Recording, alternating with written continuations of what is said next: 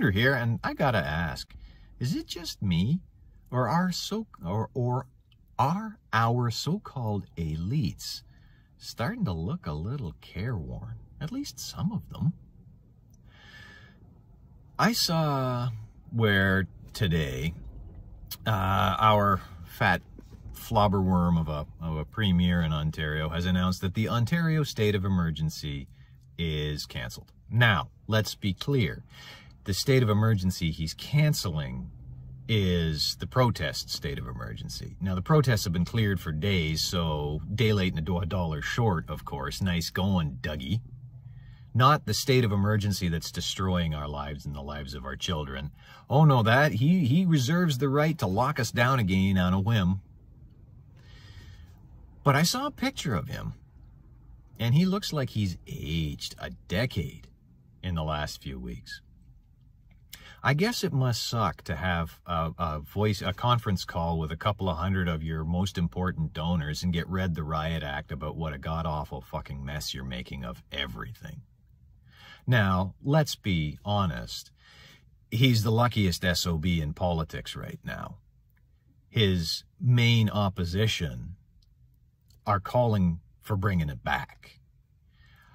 Just for fun, I pulled up a picture of Mussolini, because I swore Del Duca was a spitting image. I even made jokes about him being Mussolini reincarnated. Wow, does Il Duce Del Duca look like Il Duce Mussolini? That's the leader of your liberals, folks. He is campaigning on re-implementing the passports and making the booster shot the minimum for having your passport. That fully vaccinated means you gotta have the booster. Run on it. Hell, implement it. See where that gets you. Andrea the Commie Horvath is even worse. I mean, she wants that probably. I haven't heard much from her, but she wants to make vaccine passports a requirement to go to the LCBO or to the marijuana stores.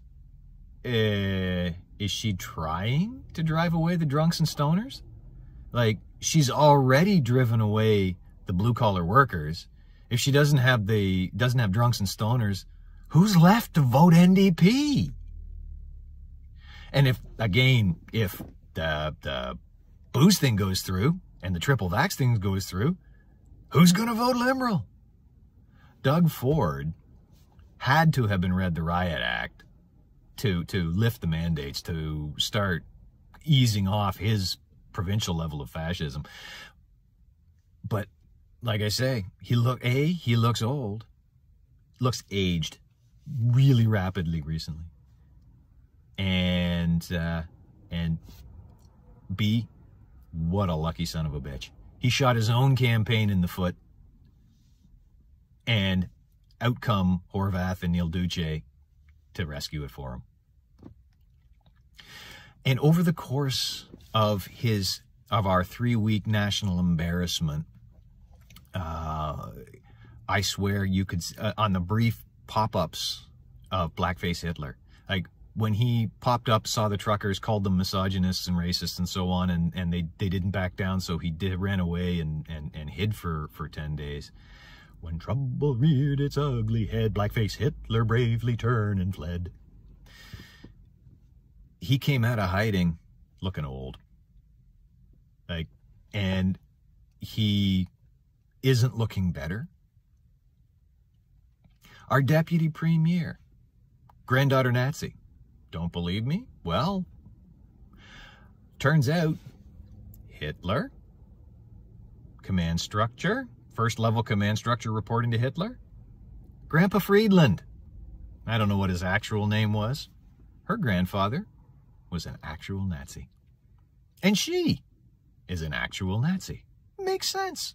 I mean, who's her heart and soul? George, Nazi collaborator Soros. A few days ago, when she was talking about making the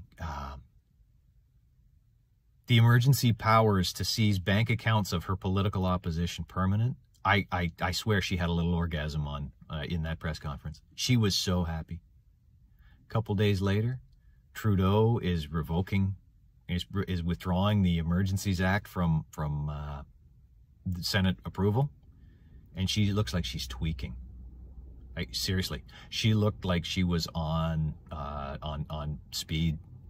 I haven't seen anybody that twitchy since I was living in Colorado, and this guy, his pupils were this big. They were blown, and I could tell he was as high as a kite and twitchy and tweaking.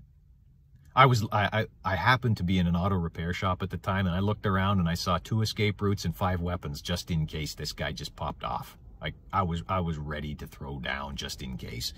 I haven't seen anything like that until Freeland, and her interesting display of head shaking and twitching and talking into her mask behind dear leader Blackface. There's some very interesting conversations going on behind the scenes. Boy, would I like to be a fly on the wall. I'm not upset at all. I love that the heat and the pain is being brought down on the likes of Ford and Trudeau. We've suffered. I've personally suffered. I've seen my children suffer. You have suffered. The people who say they didn't suffer, they were shut-ins to begin with. To see some small measure of our pain brought back down upon them warms the cockles of my black and hardened heart. Maybe I'm wrong. Maybe I'm imagining this. Maybe there's a cognitive bias at play that I want them to suffer some of the pain that we have suffered, and because maybe bad lighting, maybe bad makeup, and maybe I'm imagining it. On the other hand, maybe it's real, and maybe there is a little justice in this fallen world, and we don't have to wait for them to get their justice in the next.